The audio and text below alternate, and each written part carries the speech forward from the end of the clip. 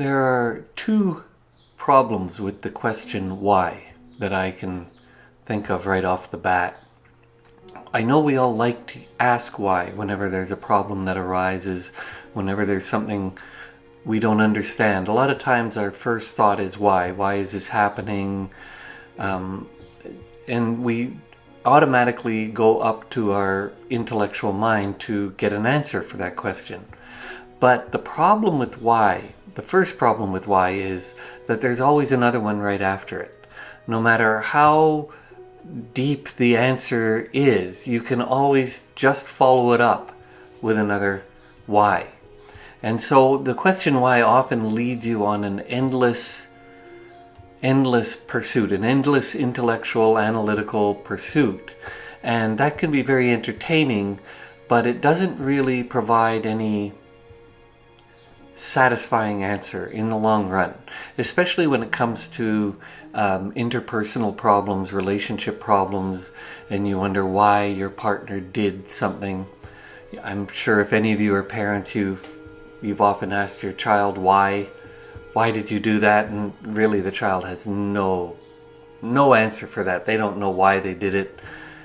and then as a parent, you've also probably felt on the other end of that, where the child is asking why, until you have to come up with that final parental answer, because I said so. But the second the second problem with the question why has to do with the dynamics of problems themselves. Now, I read once where this quantum physicist and mathematician, he somehow calculated that any given situation in life has up to 11 million factors. There's 11 million influences that go into making a situation happen.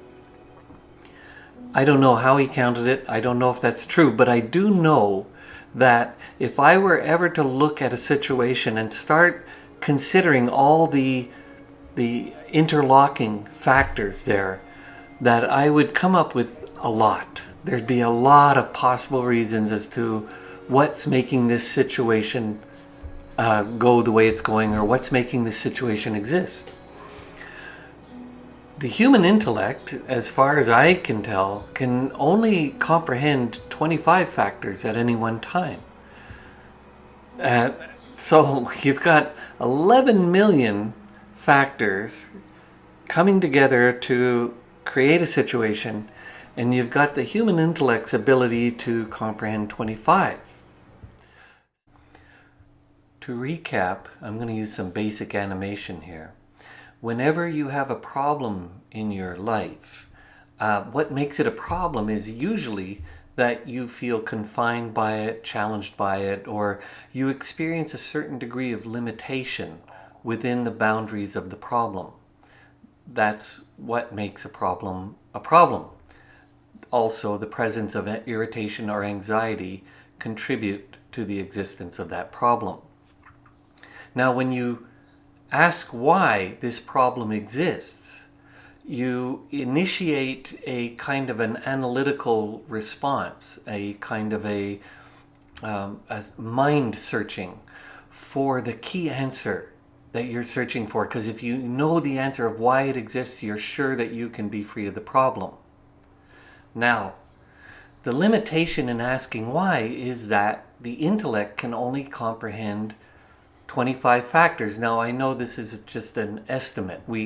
Everybody's brain, everybody's mind functions differently.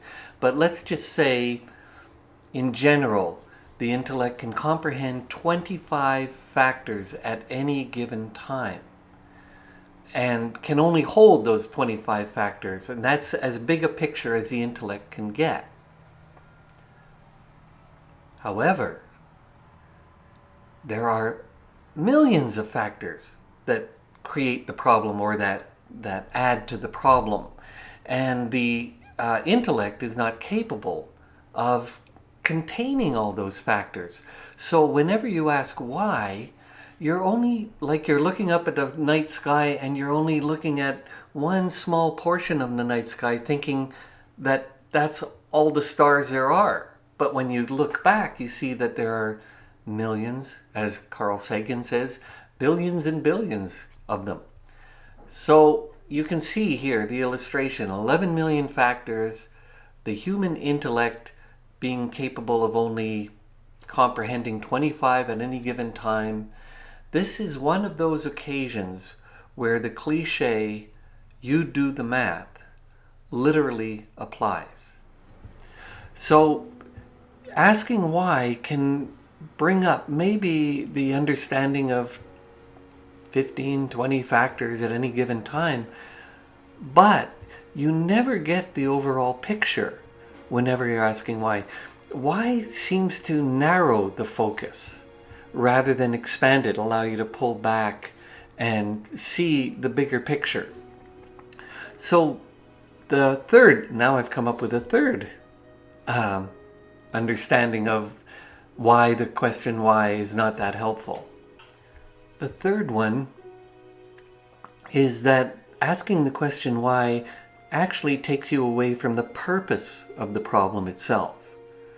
And let's consider the possibility that every problem exists in order to help the individual grow. Let's say, for example, that the problem exists in a relationship. A specific problem comes up in a relationship, and the purpose of it coming up at this time is to help you grow up, to help you become more emotionally mature, or maybe more conscious, more aware of what you really are. So let's just say that that's a possibility. If that's the case, then the question why will immediately lead you in a direction away from the purpose, because the question why will lead you up to intellectualizing, rationalizing, analyzing, all of which are helpful to a very minimal degree. Where one discovers the purpose of an actual problem or an actual experience is this way, not that way. You can get a very minimal understanding going that way. I mean up here, not up there. But you can get a much deeper understanding by going this way, into the feelings that the problem stimulates in you. Because a problem will always stimulate a certain kind of feeling experience inside you. Now, why this is important is got to do with beliefs and the fact that feelings are the power center or the animator of all our beliefs. So in the next video, I would like to talk more about what's underlying a problem.